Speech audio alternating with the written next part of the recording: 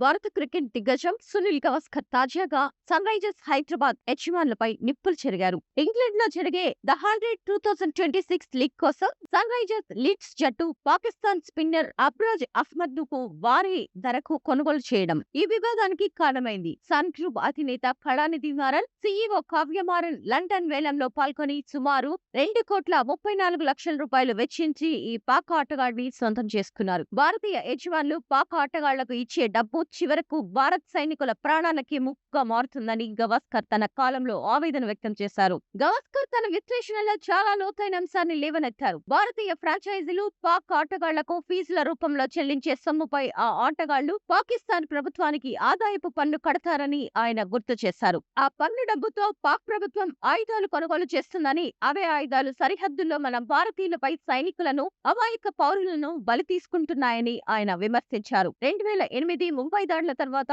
IPL నుంచి పాక్ ఆటగాళ్లను దూరం పెట్టడం వెనుక ఉన్న ప్రధాన ఉద్దేశం ఇదేనని ఆయన స్పష్టం చేశారు. Sunrisers lead coach Daniel Vettori New Zealand వాసి కాబట్టి అతనికి ఈ రాజకీయ భావోద్వేగ పరిస్థితులు తెలియకపోవచ్చన్నారు. కానీ భారతీయ యజమానులైన మారన్ కుటుంబానికి ఆ అవగాహన ఉండాలి కదా అని గవాస్కర్ ప్రశ్నించారు. కేవలం ఒక లీగ్ గెలవడం కోసం భారత సైనికుల ప్రాణాలను పణంగా పెడతారా అని ఆయన నిలదీశారు. విదేశీ లీగ్ లో పెట్టుబడి పెట్టినా దాని యజమాని భారతీయుడు అయినప్పుడు భారత ప్రయోజనాలను విస్మరించకూడదని ఆయన హితవు పలికారు. ఈ కొనుగోలు వార్త బయటకు రావడంతో భారత్ లో సన్ రైజర్స్ బ్రాండ్ కు బహిష్కరించాలనే డిమాండ్లు సోషల్ మీడియాలో వెల్లువెత్తుతున్నాయి. మరోవైపు ఇంగ్లాండ్ క్రికెట్ బోర్డు ముందుగానే అన్ని జట్లకు లేఖ రాస్తూ ఆటగాళ్ల ఎంపికలో వివక్ష చూపకూడదని, ప్రతిభ ఆధారంగానే తీసుకోవాలని సూచించింది. అయినప్పటికీ భారతీయ ఫ్రాంచైజీలు పాక్ ప్లేయర్లను తీసుకోవడం వెనుక ఉన్న వివాదాస్పద అంశం ఇప్పుడు అంతర్జాతీయ స్థాయిలో చర్చనీయాంశమైంది. ఈ నిర్ణయం సన్ రైజర్స్ బ్రాండ్ ఇమేజ్ ను దెబ్బతీసేలా ఉందని విశ్లేషకులు భావిస్తున్నారు.